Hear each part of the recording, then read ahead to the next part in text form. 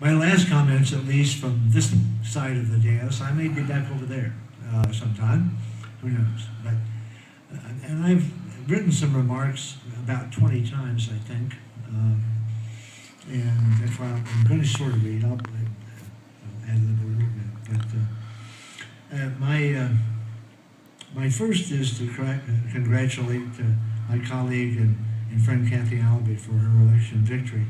RUSD as a whole and the trustee area 1 will be well served over the next 4 challenging years, because I don't think there's any question about how much she cares about the welfare of our students, and we'll carry that on.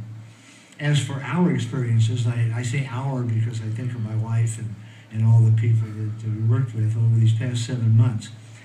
If you've been in politics as long as I have, it's tempting to overanalyze a losing effort. I mean, it's something I hadn't lost before, but I think when I've talked to people that have, there's a tendency to do that.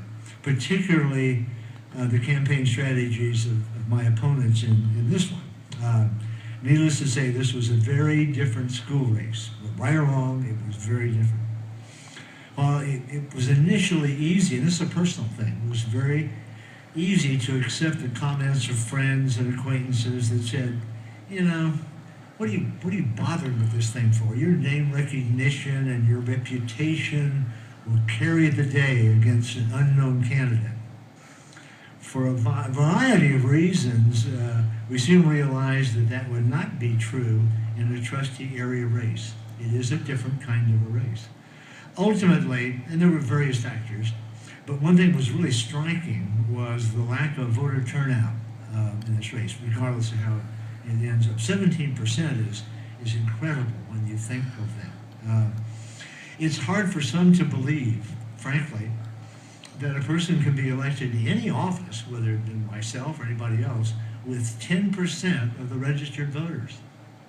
That, when you think of 22,000 voters and you think of 2,000 votes, and then you begin to bore down on that, which we did. Obviously, it was a lack of issues, candidates, because in our case, with the exception of that portion of Ward 3, you know, there wasn't anything else for them to deal with.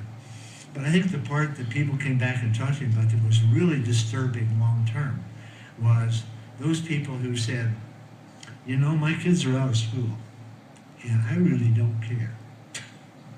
I don't care. This is a Board of Education race. I'm through. It's not everybody, but we heard that too many times. Okay. In closing, I want to thank those that worked so hard. Sally and I couldn't be more appreciative of what everyone did.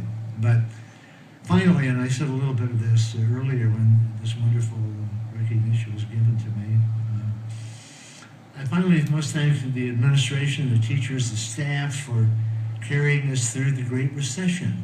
This is absolutely unbelievable what our people did.